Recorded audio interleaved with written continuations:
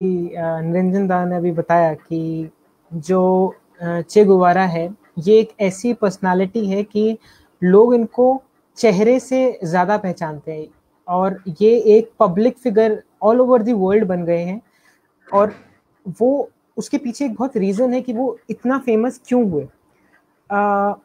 अगर हम शुरू करें कि सारी चीज़ें शुरू कहाँ से हुई, तो जिस जगह पे इन्हें रेवोल्यूशन लाया उसका वो देश था क्यूबा।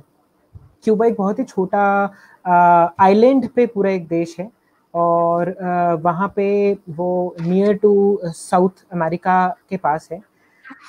वहाँ पर ये अर्जेंटीना से जाते हैं और ये अर्जेंटीना के वासी होते हैं और ये जाते हैं क्यूबा, और क्यूबा में जाके गरीबों की हालत देखकर, वहाँ के जो लोकल नेटिव लोग थे उन लोगों को देखकर इनके मन में बहुत आक्रोश आता है कि इतना दर्द और इतने प्रॉब्लम में ये लोग क्यों हैं। इतनी ह्यूमैनिटी इस लेवल तक गिर गई है उनके अंदर, ये होता है कि ये ऐसा कैसे है, ऐसा क्यों है, और अगर ये है तो इसको बदलना होगा। तो जब अब ये पूरे उनकी बदलाव की पूरी जर्नी के बारे में आज हम बात करेंगे कि कैसे वो अर्जेंटीना से एक medical student, as a medical student थे, उसके बाद अर्जेंटीना से गए वो क्यूबा में उन्होंने रेवोल्यूशन लाया और उसके बाद वो आगे मूव ऑन और कंट्रीज में मूव ऑन किया, जिससे कि वो वहाँ पे भी जो गरीब लोग हैं, वहाँ के जो नम तबके लोग हैं, जो लोग बिल्कुल ऑप्रेस्ड लोग हैं, उन लोगों की मदद कर सके। तो एक ऐसे इंसान जो अलग अलग जगहों पे गए और वहां पे जाके उन लोगों की मदद करी।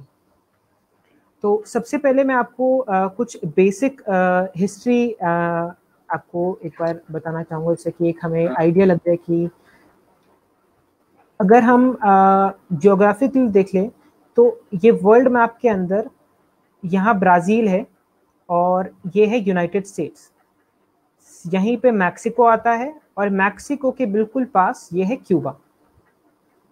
अगर आप देखेंगे तो बहुत ही छोटा एक आइलैंड है और इस आइलैंड पे मेजॉरिटी ऑफ रेवोल्यूशन जो लाया गया वो चे गुवेरा से वजह से लाया गया।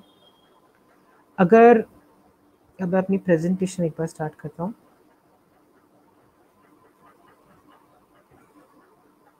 जैसे आप मेरी फुल स्क्रीन देख सके तो एक बार मुझे बताइएगा,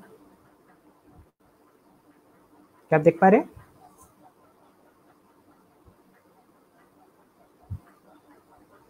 निरंजन जी, आई होप हाँ मेरी स्क्रीन दिख रही है, ठीक है। तो आपने ये चेहरा काफ़ी बार देखा होगा, ये है चे गुवेरा जी, जिनने क्यूबा में जाके और अलग अलग जगहों पे जाके ह्यूमैनिटेरियन वर्क किया और वहाँ पे एज अ रेवोल्यूशनरी गए।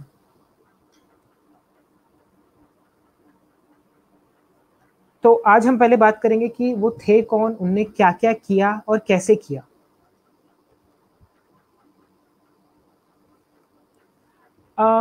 चे गुवेरा एक फिलॉसफी को फॉलो करते थे जो लोगों को काफ़ी बाद में जाके पता चला। वो एक मार्क्सिस्ट रेवोल्यूशनरी थे और बाय अपने एज अ मेडिकल स्टूडेंट पहले रहे और उसके बाद फिर फिजिशियन की तरह क्यूबा में उनने काम भी किया। वो सबसे बड़ी मेजर फिगर थी क्यूबा रेवोल्यूशन में। उनने कई बुक्स भी लिखी। वो जो रेवोल्यूशन का स्टाइल उनका था वो विद इन फॉरेस्ट और इस टाइप से अलग अलग जगहों पे as a militant, as a military official भी उनने एज अ फाइट करी। और उनकी अपनी जो थ्योरी थी वो काफ़ी नियर टू मार्क्सिज्म थी और फाइनली उन्हें जब रेवोल्यूशन ले आए उसके बाद उन्हें एक्सेप्ट किया कि हाँ वो मार्क्सिज्म को फॉलो करते हैं। अब इन सब चीज़ों में एक चीज़ देखनी है कि जो मार्क्सिज्म चाहे ये लेके आए, लेकिन असली में जो लीडरशिप ली, जो वहाँ के प्राइम मिनिस्टर और जहाँ के प्रेसिडेंट जो बने, वो बने फेडल कास्ट्रो। इट्स लाइक कि इन फेडल कास्ट्रो ने पॉलिटिकल विंग संभाला और मूवमेंट विंग हमारे चे गुवेरा जी ने संभाला। ऑल्दो जब रेवोल्यूशन आ गया उसके बाद इनके पास एज अ मिनिस्ट्री भी इनको एक पोजीशन दी गई और वो विद इन थोड़े टाइम मिनिस्ट्री से आगे जाकर दूसरे देशों में जाके मदद करने लगे अपनी मिनिस्ट्री को छोड़ने के बाद।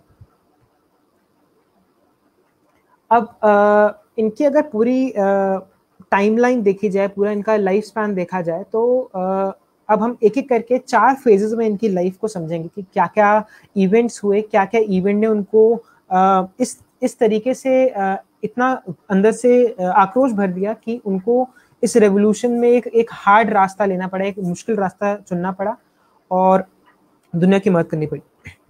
1948 में वे as a medical student university of बिनोज में उनका एडमिशन हुआ। वहाँ पे वो एज अ मेडिसिन के स्टूडेंट की तरह पे थे। उसके बाद 1950 2 साल के बाद वो इनको ट्रैवलिंग का बहुत शौक था, स्पेसिफिकली वो बाइक ट्रैवल बहुत करते थे। तो ये अपने अर्जेंटीना की जो मेन सिटी थी जहाँ पे इनकी यूनिवर्सिटी थी, वहाँ से 4500 किलोमीटर दूर जाते हैं और आउटस्कर्ट, जो उनके देश की आउटस्कर्ट्स है, जो कोने कोने गाँव वाले इलाके हैं, वहाँ पे जाके घूमते हैं और एक टूर करते हैं।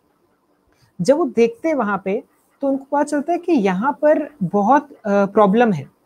1952 में वो वापस से इन सारी चीज़ों के ऊपर काम करना शुरू करते हैं, जब उनके अंदर इतना गुस्सा और इतना दर्द भर जाता है कि इतनी पॉवर्टी, इतनी गरीबी है, इतनी खराब कंडीशन है लेबर्स की, तो उनको लगता है कि अब मूवमेंट लाने की ज़रूरत है, लोगों के लाइफ में बदलाव लाने की ज़रूरत है।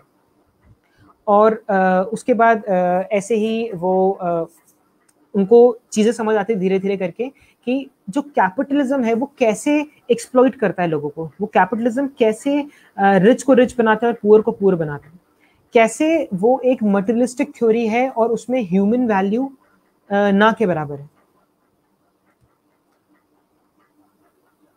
अब फेज 2 में जब पहुंचते हैं तो वो चे गुवेरा जी जब देखते हैं कि इतनी सारी दिक्कतें हैं, वो लोकल रेवोल्यूशन करने की कोशिश करते हैं। जब लोकल रेवोल्यूशन करने की कोशिश करते हैं तो उनको एक डेमोक्रेटिक लीडर जेकोब से सपोर्ट मिलता है। वो बोलते हैं कि मैं कोशिश करूंगा इस पॉवर्टी को रिड्यूस करने की, और जो लैंड एक्यूमुलेशन हो रखा है एक्सट्रीम लेवल पे, लोगों ने लैंड इतने बड़े बड़े एरिया लैंड के ले रखे हैं और कुछ लोगों के पास लैंड ही नहीं है, उन सबको हम रीडिस्ट्रीब्यूट करेंगे। जब जेकोब जी ये बताते हैं तो चे गुवेरा का आइडिया होता है कि अगर ऐसा किया जा सकता है तो लेट्स डू इट। इसको करके हम लोगों में जो लोगों में दिक्कतें हैं, जो प्रॉब्लम है लोगों के पास, वो चीज़ ठीक होगी। इसके बाद क्या होता है, जैसे ही ये जो प्रेसिडेंट होते हैं अर्बेंस, उनको बोला जाता है कि जेकोब अर्बेंस, इनको जैसे ही लोग चेंजेस लाने शुरू करते हैं देश में, तो तुरंत क्या होता है, अमेरिका से फोर्सेस इन्वेड करने के लिए आ जाती है। अमेरिका बोलता है कि आप जो प्राइवेट प्रॉपर्टी है उन जगहों पे जा रहे हैं, आप लोगों के हक छीन रहे हैं। और असली में क्या हो रहा होता है, जो कॉर्पोरेट प्रॉफिट होता है उनको ये क्वेश्चन मार्क लगा रहे थे, उनको हटा रहे थे। इनका मकसद था कि जो ये गरीब लोग हैं उन तक उनका राइट, उनका हक पूरा पहुंचे। तो अमेरिका क्या करता है, अमेरिका के जो फोर्सेस होती है वो इन्वेड करके प्रेसिडेंट को उनकी सीट से हटा देती है और वहां पे जाके एक दूसरा डमी लीडर खड़ा कर देती है, खुद प्रेसिडेंट एक को बना देती है, और जिससे कि अब वहां पे इस टाइप का कोई मूवमेंट लाने की कोशिश ना करें। अब इस रेवोल्यूशन के बाद जब ये चीजें होती है, जब सामने सामने एक डेमोक्रेटिक लीडर प्रेसिडेंट जो खड़ा होता है, जो एक डेमोक्रेटिकली लीडर होता है, जैसे उसको हटा दिया जाता है तो चे गुवेरा को एक आइडिया लगता है कि अगर मैं डेमोक्रेटिकली ये चीजें नहीं ला सकता, मैं कैसे लाऊंगा? अगर इन लोगों की प्रॉब्लम सॉल्व करके, अगर एज अ हम पॉलिटिकल हायरार्की में भी अगर हम ऊपर चले जाएं और हम देश के प्राइम मिनिस्टर या प्रेसिडेंट भी बन जाए, अगर उसके बाद भी मैं रेवोल्यूशन नहीं ला पाता तो रेवोल्यूशन कैसे आएगा?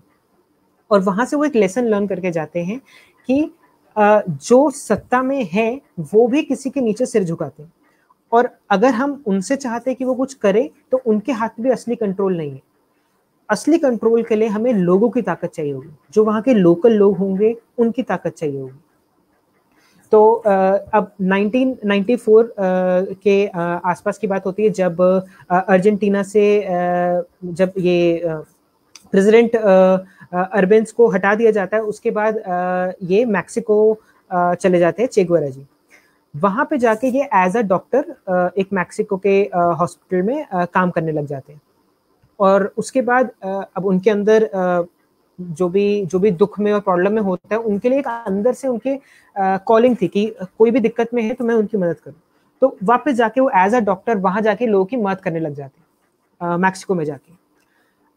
उसके बाद 1955 में एक रिवॉल्यूशन उठने लगता है, खड़ा होने लगता है, जिसके अंदर जो बतिस्ता गवर्नमेंट होती है, जो क्यूबा की उस टाइम की एक्टिव गवर्नमेंट होती है, वो उसको हटाने की बात हो रही होती है।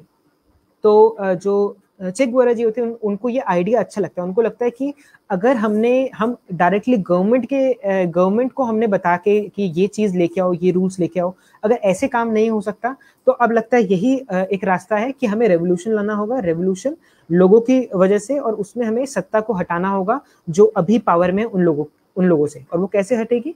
वो वहां के लोकल लोगों की मदद से, वहां के लोकल लोगों के पूरे सपोर्ट से। अब फेज 3 की ओर बढ़ते हुए, अब 1958 के दौरान वो अपना पहला रेबल रेडियो स्टार्ट करते हैं। इन सारे इवेंट्स को इसमें रखने का मेरा एक मकसद है कि हर इवेंट किसी एक टाइप का एक चीज बता रहा है। फॉर एग्जाम्पल, अभी हम देख रहे हैं 1958 में जो इनका फर्स्ट रेडियो होता है, रेबल रेडियो। किसी भी रेवोल्यूशन को लाने के लिए लोगों तक पहुंचना होता है, और लोगों तक पहुंचने के लिए अलग अलग हम सोर्सेज यूज करते हैं। हम मैगजीन्स यूज करते हैं, हम रेडियो यूज करते हैं, टीवी यूज करते हैं, आज के समय में हम सोशल मीडिया यूज कर रहे हैं। तो उस समय के हिसाब से वो ब्रॉडकास्ट न्यूज करने के लिए एक रेडियो स्टार्ट करते हैं, रेबल रेडियो, जिसके अंदर वो क्यूबन लोगों को इन्फॉर्म करते हैं, तैयार करते हैं, बताते हैं कि क्या क्या उनके हित के खिलाफ हो रहा है, क्या क्या चीजों से उनकी एक्सप्लॉयटेशन हो रही है।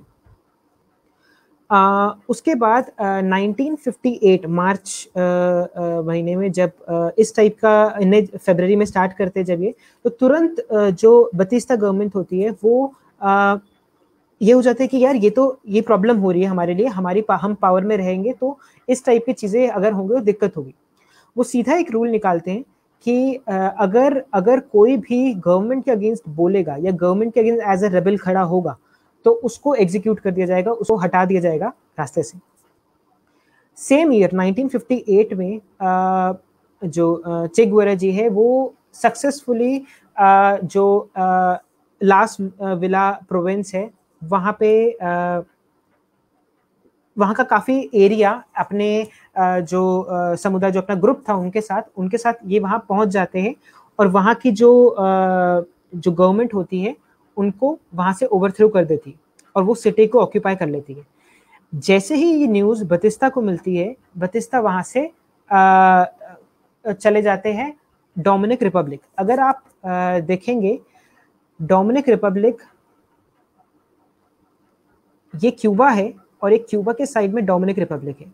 जब क्यूबा के अंदर रेवोल्यूशन हुआ तो लोग जो वहां का प्राइम मिनिस्टर, वहां के जो करंट गवर्नमेंट के जो हेड थे, वो भागे डोमिनिक रिपब्लिक, जिससे कि वो उस जगह से बाहर जाए, क्योंकि लोकल लोग तैयार हो गए थे कि उनको बदलाव चाहिए था।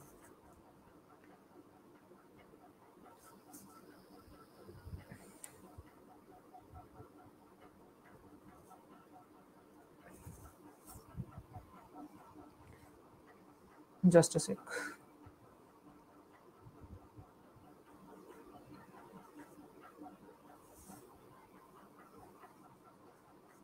हाँ, सो अब 1958 दिसंबर में ये ऑक्यूपाई कर लेते और बतिस्ता वहां से चले जाते हैं डोमिनिक रिपब्लिक, जो वहां के प्रेसिडेंट या हेड थे। अब 1958 जनवरी की स्टार्टिंग में जो रेबल्स होते हैं वो क्यूबा में एंटर होते हैं और वहां पे गवर्नमेंट सेटल करना शुरू करते हैं। अभी तक जब लीडरशिप भाग गई तो अब उनने अपनी लीडरशिप सेट करने के लिए एक नई गवर्नमेंट सेट करी 1959 में। 1959 में, जैसे कि मैंने आपको शुरू में बताया था, चे गुवेरा लोकली क्यूबा के थे ही नहीं, वो थे अर्जेंटीना के। तो जब वो अब क्यूबा में इतना रेवोल्यूशन ले आए तो लोगों ने उनको एज अ क्यूबन सिटीजन मान लिया, एज अ क्यूबन सिटीजन ले लिया गया। 1959 में उसके बाद उनने कई लॉ लेके आए, कई रूल्स और रेगुलेशन लेके आए, जिसके अंदर उन्होंने एक रूल बनाया कि जो फार्मर्स है उनके पास 1000 एकड़ से ज्यादा लैंड नहीं हो सकता, कोई भी इतनी ज़्यादा ओनरशिप नहीं रख सकता किसी भी लैंड की। और इससे ये होगा कि रिसोर्सेज लिमिटेड है, तो हम अनलिमिटेडली क्यों किसी को रिसोर्सेज दें।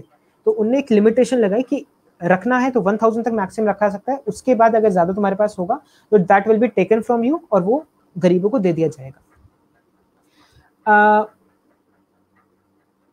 उसके बाद 1959 में अब गवर्नमेंट बन चुकी है, चे गुवेरा गवर्नमेंट के एक नोन पावरफुल लीडर हो चुके हैं। अब वो कई अलग अलग देशों में जाते हैं, वहाँ उनके साथ ट्रेड की डील्स करने के लिए।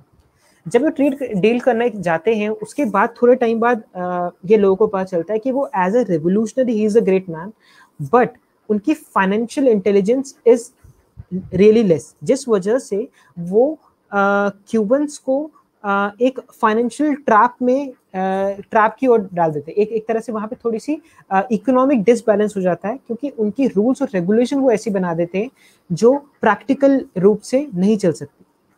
जिस समय के दौरान कैस्ट्रोल चे गुवेरा जब टूर पे थे अलग अलग ट्रेड डील्स में, तो इसी टाइम पे जो कैस्ट्रोल थे, जो वहाँ की मेन लीडरशिप जो हेड कर रहे थे, जो रेवोल्यूशन के पॉलिटिकल विंग को संभाल रहे थे, उनने धीरे धीरे करके चे गुवेरा को आउट ऑफ लीग करने लगे। धीरे धीरे उनको ये करने लगे कि आप पॉलिटिकल विंग से आप साइड हो जाइए, आप नॉर्मल अपना जो भी आप अपना चीजें करते हैं वो चीज कीजिए। उसके बाद 1966 में जब वो पूरी हर जगह ऑल ओवर द वर्ल्ड घूमते हैं, उसके बाद वो फाइनली ये प्लान करते हैं कि अब मैंने क्यूबा में जो मेरा मकसद था, जो पॉवर्टी और गरीबी इलिटरेसी जो लानी थी, वो मैंने हटा दी है। और आपको जान के ये बहुत ताजुब होगा कि आज तक क्यूबा की literacy rate one of the highest है, इट्स नियर टू 95%। तो उनने लोगों को एजुकेट और इलिटरेसी से बाहर जिस तरह निकाला, वो एक काफी बड़ा स्टेप था वहां के लोगों के लिए, और इस वजह से भी लोग उनकी बहुत इज्जत करते हैं। उसके बाद उनने अलग अलग जगहों पे जाना शुरू किया, अलग अलग देशों में जाना शुरू किया, और वहां पे रेवोल्यूशन लाना चाहा।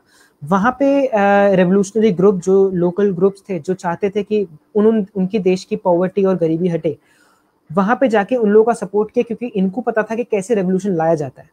पर ये सारी चीज जब हो रही थी, साथ ही साथ यूनाइटेड स्टेट्स की गवर्नमेंट ये सब देख रही थी कि ये क्या किया जा रहा है, और उनको दिख रहा था कि जो चे गुवेरा है वो धीरे धीरे कैपिटलिज्म का जो पावर है अलग अलग कंट्रीज के ऊपर, अलग अलग जगहों के ऊपर, वो कम कर रहे हैं। वो धीरे धीरे उन जगहों से कैपिटलिज्म को हटा रहे। जैसे उनने ये रियलाइज किया, उसके बाद उन लोगों ने सोचा कि इनको हम जिंदा नहीं रख सकते, इनको हमें एग्जीक्यूट करना पड़ेगा, क्योंकि अगर ये रहे तो ये कैपिटलिज्म को खत्म कर देंगे। 1961 में उनकी एक मुठभेड़ हुई, जिसके अंदर वो बोलिविया में थे, और वहां पर उनको कैप्चर कर लिया गया और फिर उनको एग्जीक्यूट कर दिया गया। तो ये कहानी थी चे गुवेरा की, कि उनने कैसे अपने देश में रेवोल्यूशन, अपने अर्जेंटीना के होने के बाद भी क्यूबा जाके रेवोल्यूशन लाया, क्यूबा जाके लोगों की मदद करी, और फिर जाके बोलिविया और ऐसे और कई देशों में जाके रेवोल्यूशन लेके आया। अब बात आती है कि अगर हम सारे इवेंट्स को देखें तो उन इवेंट से हम कुछ चीजें निकाल सकते हैं, उन इवेंट से हम कुछ चीजें समझ सकते हैं।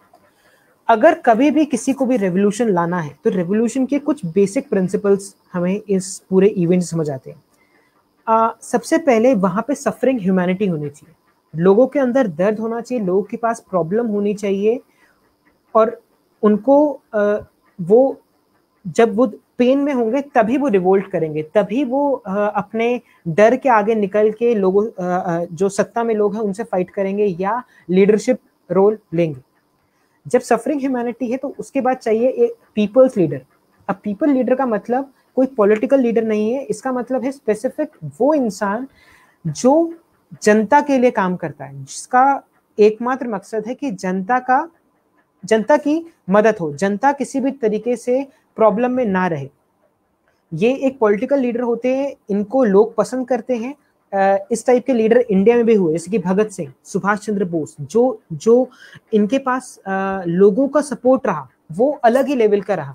इवन तो वो पॉलिटिक्स में नहीं आए, लेकिन उनका जो एक लोगों के बीच में एक पॉपुलैरिटी थी वो अलग ही लेवल की थी, क्योंकि वो लोगों के लिए जीते थे, ना कि वो अपने लिए।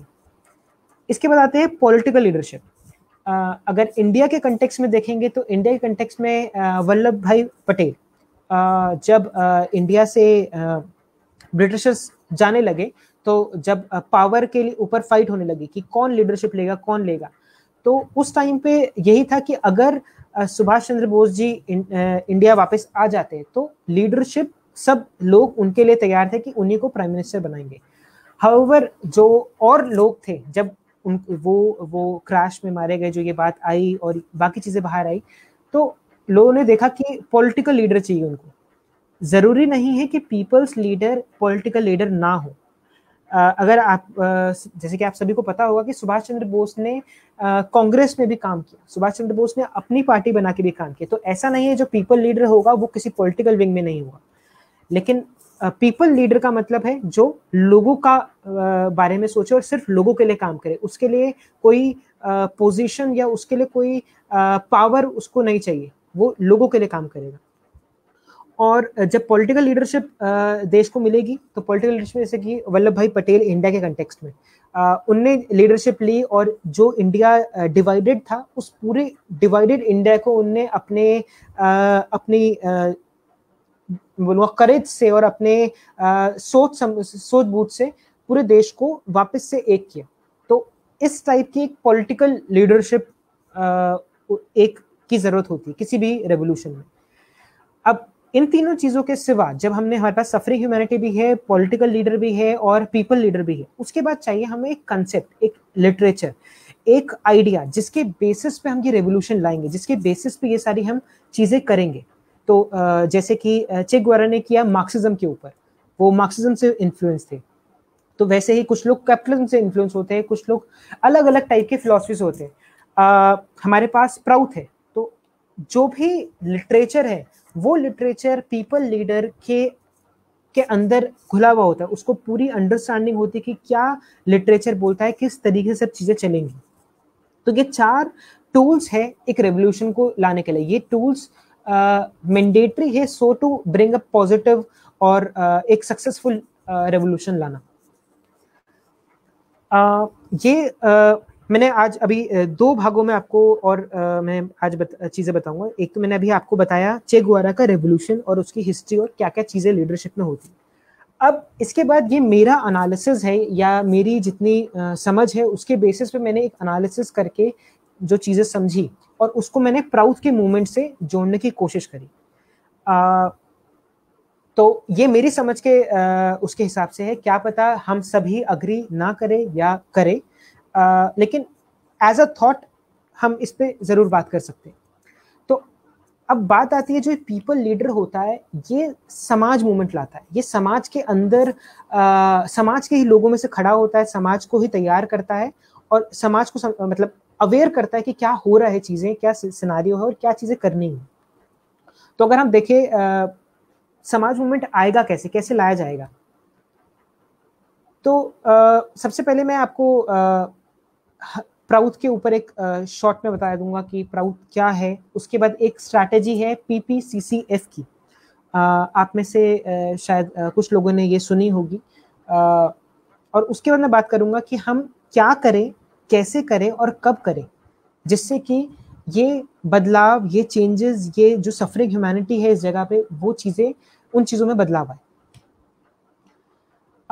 प्राउथ के प्रोपाउंडर श्री प्रभात रंजन सरकार जी है, जो एक इंडियन सोशल थिंकर है, एक्टिविस्ट है, फिलोसफर है। और 1957 में जो ओरिजिनली प्राउथ को रखा गया सिद्धांत को। लिटिल ब्रीफ अबाउट मी, मेरा नाम पीयूष है, मैं प्राउथ का एक स्टूडेंट हूँ, मैं भी सीख रहा हूँ, मैं भी जान रहा हूँ, मैं भी अभी नहीं बोलूँ कि मुझे सब कुछ आता है और मेरी बहुत ज़्यादा अंडरस्टैंडिंग अभी नहीं है, मैं भी सीख रहा हूँ। और प्रोफेशन वाइज मैं मार्केटिंग और एडवर्टीजमेंट प्रोफेशन में रहा हूँ, मीडिया इंडस्ट्री में रहा हूँ पिछले 4 साल से। और मेरा बैकग्राउंड, मैं अभी करंटली MA साइकोलॉजी कर रहा हूँ, और इससे पहले मैंने बैचलर ऑफ कॉमर्स किया है दिल्ली से। मैं एक सोशल और इकोनॉमिक मूवमेंट के ऊपर भी बातें करता हूँ। मेरा एक यूट्यूब चैनल है डिस्कवरिंग पेनिशा के नाम से। अब आगे चलते हुए, the future of humanity is not in dark. I have this faith, human beings will seek and one day will realize the inextinguishability flame that remains ever burning behind the veins of darkness. ये श्री प्रभात रंजन सरकार द्वारा दिया गया एक coat है जो मुझे काफ़ी इन्फ्लुएंस करता है, और एक अंदर एक फ्लेम मेरे अंदर रहती है इसको देख के कि मैं कभी डार्कनेस की वजह से जितनी प्रॉब्लम है सोसाइटी में से उसकी वजह से उदास या उस चीज में ना जाऊं, और आगे बढ़ने की हम एक प्रेरणा लेते रहें। अब हम बात करेंगे जो स्ट्रैटेजी है PPCCF की। PPCCF की बेसिक्स जो स्ट्रैटेजी है ये बात करती है पहले अवेयरनेस के ऊपर, फिर लोगों को जागरूक अवेयर करने के ऊपर, और आखिरी में एक्सपेंशन के ऊपर। एक्सपेंशन से मतलब है ये जो कुछ लोगों में बात है वो धीरे धीरे करके और लोगों तक पहुंचे और लोगों तक फैले। जो इसमें PPCCF है, अब इसकी एक फुल फॉर्म है, मैं वो आपको बताना चाह रहा हूँ। Publication, first P stands for publication, then second P stands for propaganda, C stands for cadre, next C stands for candidate, and F stands for fund. अब एक एक करके मैं इन पॉइंट्स पे थोड़ा सा लाइट डालूंगा और देखेंगे कि क्या इनके अंदर चीजें इन्वॉल्व हैं। सबसे पहले पब्लिकेशन से यहाँ पे जो मैं मतलब समझ पाया था वो ये था कि इतनी सारी हमारे पास जो प्राउथ का सिद्धांत का नॉलेज है, इंफॉर्मेशन है, कितनी सारी बुक्स हैं, वो सारी बुक्स, वो सारे डिस्कोर्स, वो सारे नॉलेज को हमें ज़्यादा से ज़्यादा फैलाना है। ये वन ऑफ द पॉइंट है। अच्छा, इसमें एक चीज़ है, ऐसा नहीं है कि जो ये PPCCF है ये एक पैटर्न में चलेगा, ये हैंड इन हैंड चलता है। ये एक पूरा हैंड इन हैंड मूवमेंट है। ऐसा नहीं है कि पहले पब्लिकेशन होगा, फिर प्रचार होगा, फिर नेक्स्ट पॉइंट होगा। ये चीज़ ऐसी नहीं है। ये सारी चीज़ें हैंड इन हैंड चलती है और धीरे धीरे हमें उस पर आगे बढ़ाती है। तो जो हमारा लिटरेचर है, बुक्स है, फिलॉसफी है, उसकी पब्लिकेशन, उसका कंटेंट लोगों तक अवेलेबल होना चाहिए। कोई भी जानना चाहे, ढूंढना चाहे तो उन तक ये चीज़ पहुंचनी चाहिए। और उसके लिए हम सभी लोग अपने अपने लेवल पे कर रहे हैं, जैसे कि प्राउटिस्ट फोरम अपने लेवल पे अवेयरनेस फैला रहा है। कई लोग कई प्राउथ के डेटा और इंफॉर्मेशन, कई श्री प्रभात रंजन सरकार द्वारा दिया गया हुआ कंटेंट ऑनलाइन बहुत अवेलेबल है, कोई भी ढूंढना चाहे तो ढूंढ सकता है। तो ये सारे प्राउथ के सिद्धांत की बुक्स है। तो ये सारे हुआ पब्लिकेशन। अगला पॉइंट आता है प्रोपेगेंडा से जो मैं समझ पाया, that is marketing of that concept और आइडिया। ये कंसेप्ट और आइडिया वही है जो हमने लास्ट पॉइंट में पढ़ा, पब्लिकेशन के अंदर जिस चीज के ऊपर बात होगी। अब हम जिस चीज के ऊपर हमने बात करी, जो चीज हमने समझी, जो हमने प्राउथ का सिद्धांत समझा, उसके बाद करना क्या है, इसकी मार्केटिंग करनी है, इसको लोगों तक पहुंचाना है, ज्यादा से ज्यादा लोगों तक। और वो कैसे पहुंचाया जाएगा, उसके अलग अलग तरीके होते हैं। नुक्कड़ नाटक हो गया, रोड शोज हो गए, अलग अलग वीडियो बनाई जाए, पोस्टर्स बनाए जाए, और अलग अलग तरीके से लोगों तक कंटेंट पहुंचाया जाए, उन तक अवेयरनेस पहुंचाई जाए कि ऐसा भी कुछ है, इस टाइप की नॉलेज को फैलाया जाए। इसके बाद आता है कैडर और कैंडिडेट। कैडर वो लोग हैं जो कॉज को सपोर्ट करते हैं। जब हमने पब्लिकेशन हमारे पास है और पब्लिकेशन भी हो गया और हमने उसको मार्केट भी कर दिया, लोगों तक पहुंचा भी दिया, अब जब लोगों तक पहुंचेगा तो लोगों में कैडर तैयार होंगे। ये कैडर वो लोग हैं जो लोग प्राउथ के सिद्धांत को मानते हैं, समझते हैं, और ये उनका सोचना है कि ये सिद्धांत कारगर है और ये सिद्धांत हमें लागू कराना है। तो ऐसे लोग तैयार होंगे। कैडर, हमें कैडर तैयार करने, ये लोग कॉज को सपोर्ट करेंगे। इसके बाद आता है कैंडिडेट। इन्हीं कैडर के बीच से जब ज्यादा कैडर होंगे, बहुत ज्यादा कैडर होंगे, तो धीरे धीरे इन्हीं के अंदर से कैंडिडेट तैयार होंगे। ये कैंडिडेट कौन होंगे? जिनको इन सिद्धांत के बारे में, प्राउथ के सिद्धांत के बारे में अच्छी तरह इन डेप्थ नॉलेज है, ये लोग प्रैक्टिकल लेवल पे वो चीज़ें फॉलो करते हैं। जैसे हमने यम नियम की बात करी, एक काफ़ी इंपॉर्टेंट कंसेप्ट है पूरा प्राउड का। तो इस टाइप की चीज़ें जिन लोगों के अंदर, जो लोग अपने अंदर उतार रहे हैं, बिल्कुल उसको आर्डेंटली फॉलो करने का कोशिश कर रहे हैं, जो लोग प्राउड के सिद्धांत को समझते हैं, उस टाइप के लोग धीरे धीरे एज अ कैंडिडेट तैयार होंगे। ये कैंडिडेट इस कंटेक्स्ट में भी हो सकता है कि ये पॉलिटिकल हो, और ये इस कंटेक्स्ट में हो सकता है कि ये पीपल्स लीडर हो। जो हमने अभी लास्ट रेवोल्यूशन के बारे में बात करी, उसमें हमने जो पीपल्स लीडर की बात करी, ये वो लोग होंगे। ये लोगों को जागरूक करेंगे और लोग चाहेंगे इनको फॉलो करना कि ये लोग जो सिद्धांत बोल रहे हैं वो सही बोल रहे हैं, ऐसे लोग इनको फॉलो करेंगे। ये एक पब्लिक फिगर के तौर पे भी खड़े होंगे। और finally F stand for fund. ये चीज हम सभी समझते हैं कि हर काम, हर चीज जो हम करना चाह रहे हैं उसके अंदर हमें फंड्स की रिक्वायरमेंट होगी। चाहे वो पब्लिकेशन की होगी, हमें पब्लिकेशन करना है तो हमें बुक्स छापनी है, मटेरियल छापना है, बुक्स लेके तैयार करनी है, तो उसके लिए हमें फंड चाहिए। हमें कैंडिडेट और कैडर को तैयार करना है तो हमें फंड चाहिए। हमें मार्केटिंग करनी है इस आइडिया की तो हमें फंड चाहिए। अगर ऑल ओवर देखा जाए तो फंड की हर स्टेप पे हमें रिक्वायरमेंट है।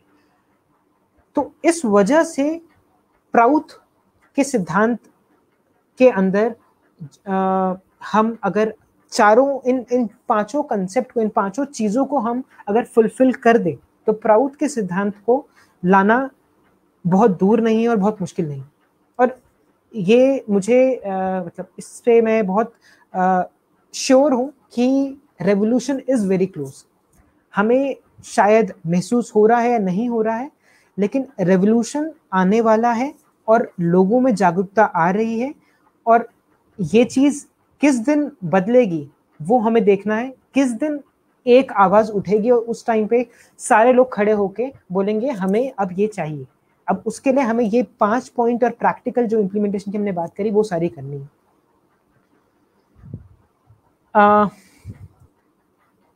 ये पीआर सरकार जी का एक बहुत ही अच्छा मुझे एक और जो उनका कोट लगता है, you must have a Fleming moral purpose so that greed, oppression and exploitation shiver before the fire in you.